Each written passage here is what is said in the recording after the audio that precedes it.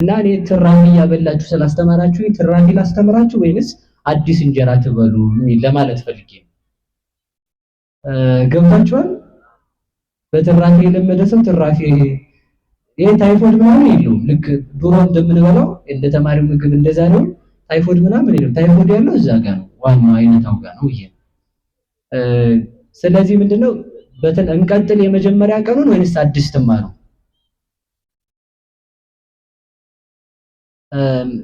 ከሁለት አንዳችሁ እጃችሁን አውጡ። የመጀመሪያው ቀን ይቀጥል የምትሉ እስኪ እጃችሁን አውጡ። አዲስ እንማር የምትሉ እስኪ አውጡ። አንማር የምትሉ ደግሞ እሺ የለም። ስለዚህ አዲስ እንማር የሚለው አድልቷል ማለት ነው። አዲስ እንማር የሚለው ካደላ እንግዲህ የምንማማርበት የትምህርታችን ርዕስ የሚሆነው ዕፀ ሕይወት ይእቲ ለእንተ ይተአምንዋ ለሚያምኑባት የሕይወት ዛፍ ናት በሚል እንማማራለን። እስኪ በሉ ለሚያምኑባት በሉ የሕይወት ዛፍ ናት። ምን ለሚሉባት አይሰማም? በደንብ ያዙ። ምን ለሚልባት ነው የሕይወት ዛፍ የምትሆነው? እዚያው መጽሐፍ ቅዱሱ ቃል በቃል ያስቀመጠው እሱ ነው። ዕፀ ሕይወት ይእቲ ለእንተ ይተአምንዋ ለሚያምንባት ሰው ለሚያምንባት ሁሉ የሕይወት ዛፍ ናት። ለእንተ ይትመረኮዝዋ ለሚመረኮዛት ሁሉ የሕይወት ዛፍ ናት ብሎ በሁለቱም ይናገራል። ይህንን የምናገኘው ሁላችሁም እንደምታውቁት መጽሐፈ ምሳሌ ምዕራፍ 3 ቁጥር 18 ላይ ነው። ከዚህ ቃል ተነስተን የተወሰነ ትርጓሜያት የምናምንባት ማናት፣ የሚያምኑባት እነማን ናቸው፣ የሚመረኮዙባት ማናት የሚለውን ሐሳብ ነው የምናየው እና ይህንን መጽሐፈ ምሳሌን የተናገረው ሰሎሞን ይባላል። ማን ይባላል? ሰሎሞን በሉ እንጂ ሰሎሞን። በነገራችሁ ላይ የሀገር ቋንቋ ብቻ ሳይሆን የሚታወቅበት ብዙ አይነት አነጋገር ሰሎሞን አይባልም። እሺ ሰሎሞን ነው የሚባለው። ለምን መሰላችሁ? አንደኛ ፊደላት ትርጓሜያት ስላላቸው ነው። አሁን እግዚአብሔር የሚለው ጽሑፍ ሲጻፍ በአይኑ አ ነው የሚጻፈው፣ በአልፋው አ ነው እና በእናንተ ምን እንደሚባል አላውቅም። በማንኛው ነው የሚጻፈው? እግዚአብሔር የሚለው መጀመሪያ የሚጻፈው የመጀመሪያው ፊደል መካከል ላይ ያለው ፊደል በማን ነው? አልፋና አይኑ አታውቁም መሰላል። ዜሮ እናንተ ዜሮዎች የከቡ በየትኛው ነው የሚጻፈው? አቤት በአልፋው አ በአይኗ አይጻፍም። እግዚአብሔር የሚለው ጽሑፍ እስከ መጨረሻው ድረስ ሲጻፍ አይጻፍም በአይኗ። ለምንድን ነው ያለውን ሲናገሩ የመጀመሪያው ፊደልም አ ነበረ። በነገራችን ላይ እኔ መጽሐፍ ቅዱስ የሚጠቅሱልን ሰዎች አማርኛና ግዕዝ ፊደል ለይተው ያውቁ ሲጀመርም ማለት ነው። ፊደል የምታውቁ ሰዎች እስኪ እጃችሁን አውጡ። ፊደል አማርኛ ፊደል የምታውቁ ያውጡ እጃችሁን። አማርኛ ፊደል የምታውቁ ላስነሳውን ሁላችሁንም እንዳላስነሳችሁ። አማርኛ ነው አይደለም?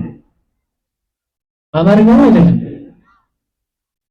እንደናንተ እንቁላል ነበር መስጠት ማለት ነው። አማርኛ አይደለም። አማርኛ ፊደሉ የተወሰኑ ናቸው ያሉት።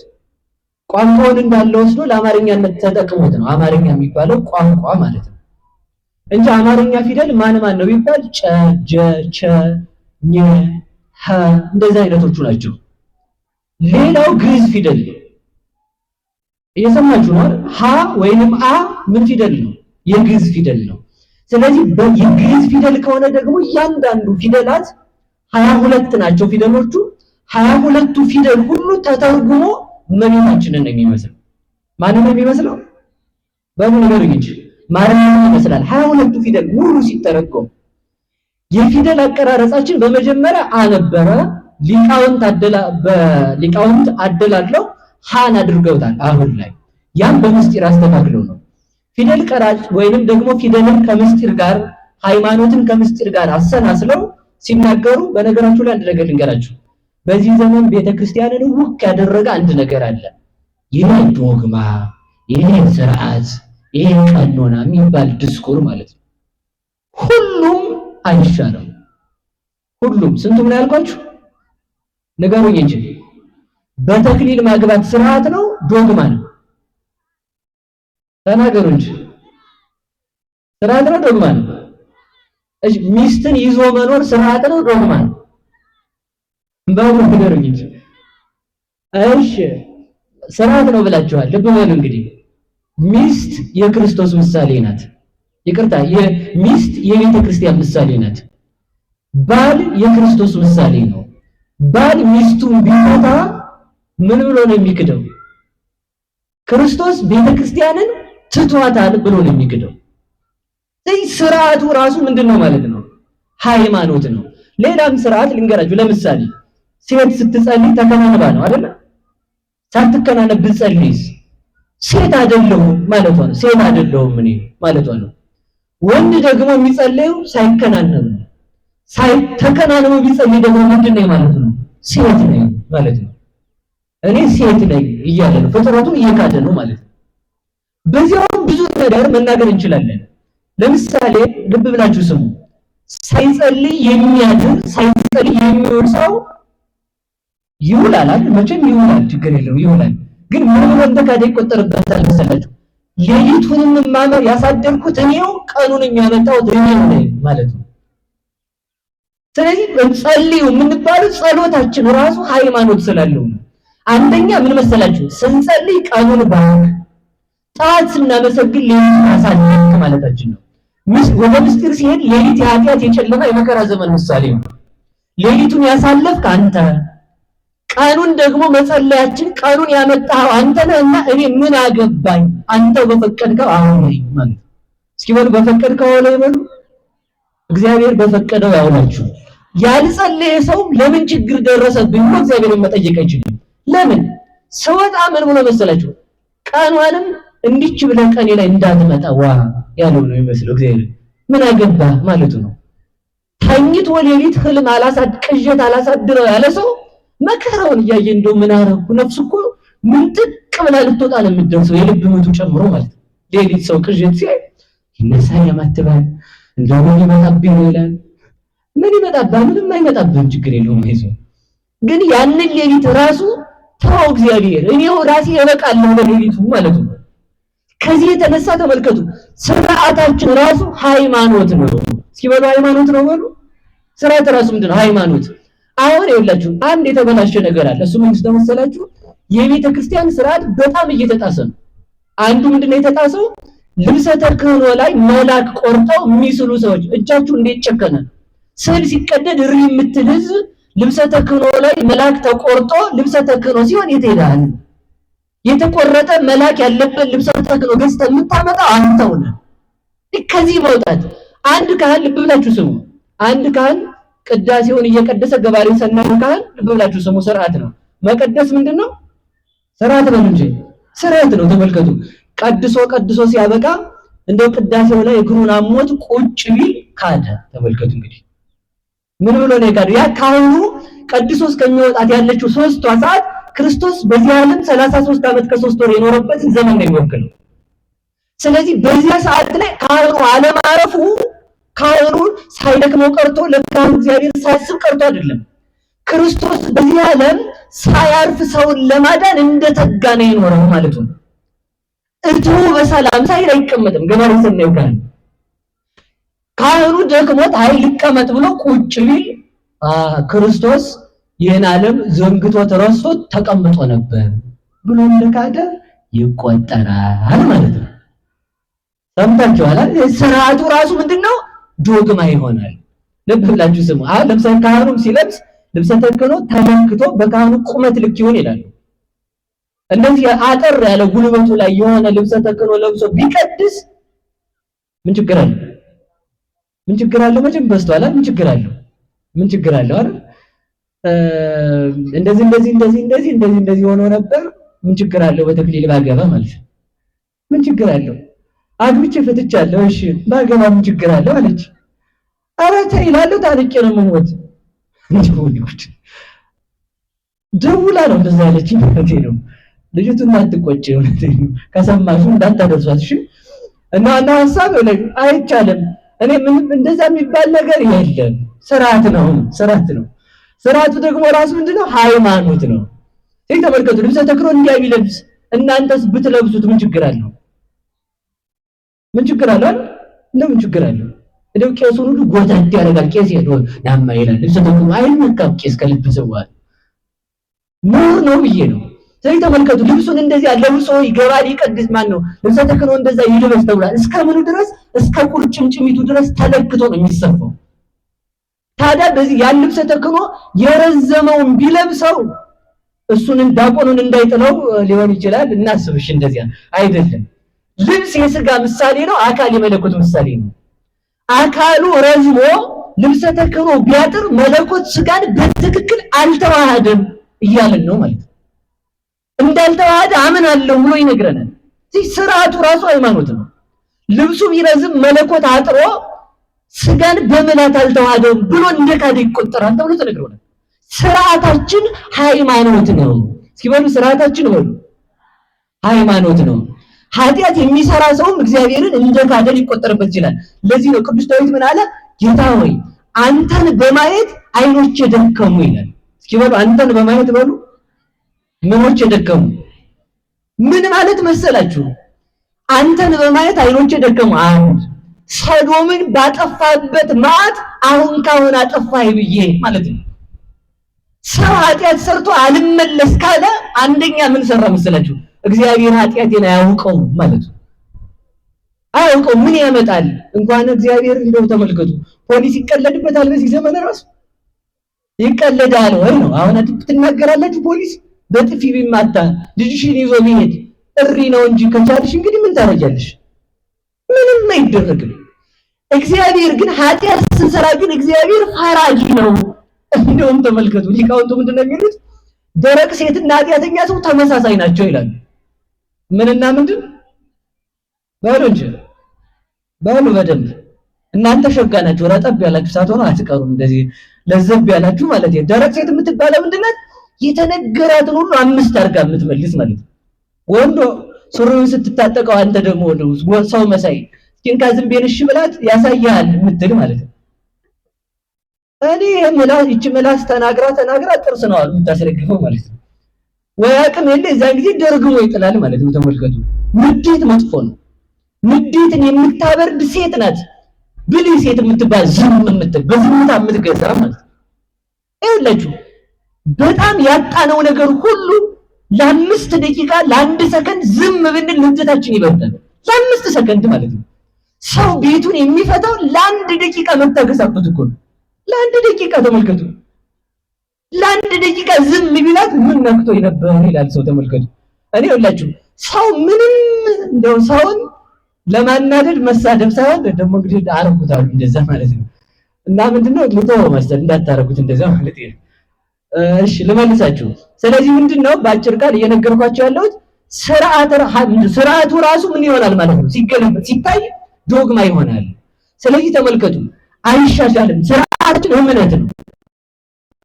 ስለዚህ ወደ ነገር ልመልሳችሁና ቅዱስ ዳዊት ምንድነው ያለ? ሰዶምንና ገሞራን ባጠፋበት ጥፋት ታጠፋኛል ብዬ አሁን ካሁን አንተን በማየት ወሃልቃ ዘመኔ በንባዜ እንባ በማፍሰስ ዘመን ያለቀ ብሎ ይነገራል። ለምን? እግዚአብሔር ቻይ ነው። ሰዶምን ተመልከቱ። ዘንበለ እሳት አንደደ ወዘንበለ ማይ አብረደ ይላሉ ሊቃውንቱ። እሳትን ያለ እሳት ፈጠረ፣ ውሃን ያለ ውሃ ፈጠረ። አንድም ተመልከቱ መላእክትን በሰማይ ፈጠረ፣ ከመሬት ደግሞ ደቂቀ አዳምን አስገኘ። ወደ ነገር ልመልሳችሁ። እሳትን ያለ እሳት ፈጠረ ማለት ሰባ ሰዶምን ተመልከቱ ያለ ውሃ በእሳት አጠፋ። ሰባት ካትን ያለ እሳት በውሃ ቀቀላቸው ማለት ነው። እግዚአብሔር መሳሪያው እጁ ላይ ነው ያለው። እግዚአብሔር እሳት ማዝነብ አይጠበቅበትም እኮ እኛን ለማጥፋት ይጠበቅበታል። ምን ይላል? ምን ሽመላ ይቆርጣል አሉ ሰውየው። እና እግዚአብሔር እኛን ለማጥፋት ሌላ ነገር ማምጣት አይጠበቅበትም። መጠበቁን ዝም ካለ ነፍስ ተቅበዝባዥ ትሆናለች። ብዙ ጊዜ ይላችሁ ተቅበዝባዥ ስንሆን ቆመን ማሰብ አለብን። በልተን አልጠግም ካል ምን ብሎን ነው ማለት ነው። ጠጥተን በዚያ ነገር ሰላም ማግኘት ካቃተን ምን ሆኜ ነው? አግብቶ ሰው በዛ መርጋት ካቃተው ምን ሆኜ ነው ማለት አለበት። በሁሉ ላይ ሰላም የምናጣው ሰላማዊ እግዚአብሔር ሲለየን ስለሆነ መድኃኔዓለም ከሁላችን ጋር ይሆንልን። ስለዚህ ሰሎሞን ማለት መስተፋቅር ማለት ነው። ይሄ ነገር ችግር ነው አሉ። መስተፋቅር አላልኩም። እሺ እሱ እናንተ የምታስቡትን አላልኩም። አደራችሁ ሌላ ነው። ሰሎሞን ማለት መስተፋቅር ማለት የሚወደድ ማለት ነው ማለት ነው። የሚወደድ በሉ እንጂ። እሺ እንደዚያ የተባለው ለምንድን ነው ሲባል ቅዱስ ዳዊት ከእግዚአብሔር ጋር ተጣልቶ በታረቀበት ዘመን ተወልዷልና። ማን በታረቀበት ዘመን? ቅዱስ ዳዊት ከእግዚአብሔር ጋር ሲታረቅ የልጁን ስም ምን ሆነ አወጣለት? ከእግዚአብሔር ጋር ታረቅኩ ለማለት ፍቅር የሚል ስም ሰጠው፣ የሚወደድ የሚል ስም ሰጠው። ስለዚህ የላችሁ ለሰሎሞን ስሙን ዳዊት ያወጣለት በዚህ የተነሳ ነው፣ ከእግዚአብሔር ጋር የታረቀበት ዘመን ስለሆነ። እኛስ ከእግዚአብሔር ጋር የታረቅንበት ዘመን አለ ወይስ የተጣላንበት ዘመን? ከእግዚአብሔር ጋር ታርቀናል አልታረቅንም? ንገሩኝ እንጂ። ሊቃውንቱ ምን ይላሉ መሰላቸው? ውሃ ቢያንቅ በምን ይውጡ፣ ምላጭ ቢያብጥ በምን ይወጡ ይላሉ። ምላጭ ለአንዳንድ ሀገር ቋንቋ አይገባም። ፈላ ቤሳ የሚባለው ይሄ በገጠር በሰፈር ቋንቋ በጎጠኛው እንዲያ የሚባለው ነው እንግዲህ ምላጭ የሚባለው። ምላጭ አሁን የሆነ ነገር ቢያብጥ በምላጭ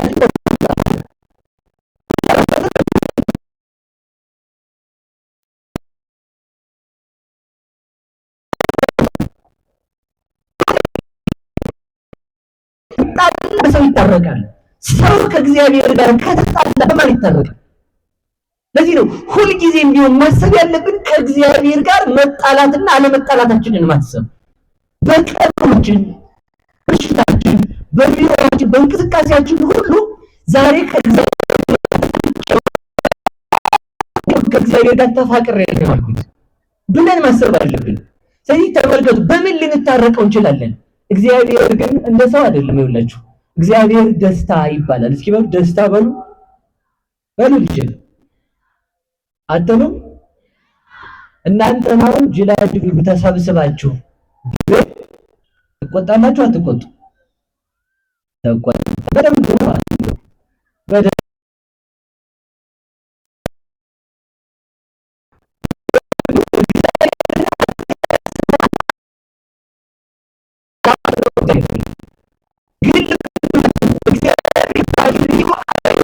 ምን አይለወጥም? ንገሩኝ እንጂ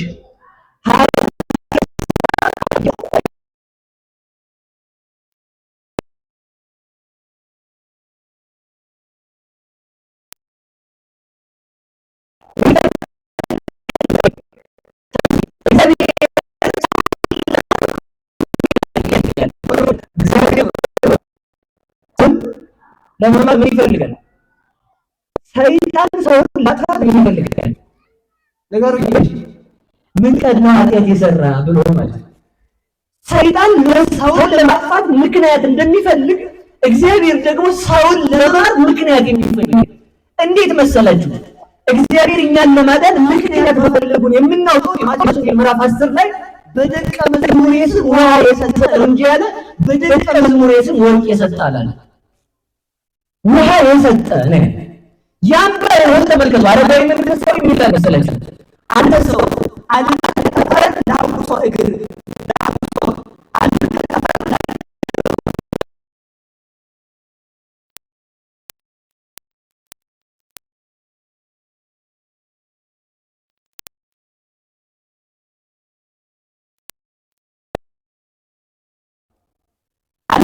እግር ላውቆ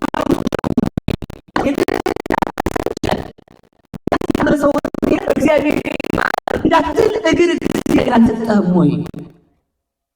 ተመልከቱ፣ አንድ ሰው የሚጠየቀው ተመልከቱ፣ ክርስቶስ ራሱ ሲጠይቀን ምን ብሎ ነው የሚጠይቀን? አላገብከኝም አላገብከኝም ምንድን ነው ያለው? ተመልከቱ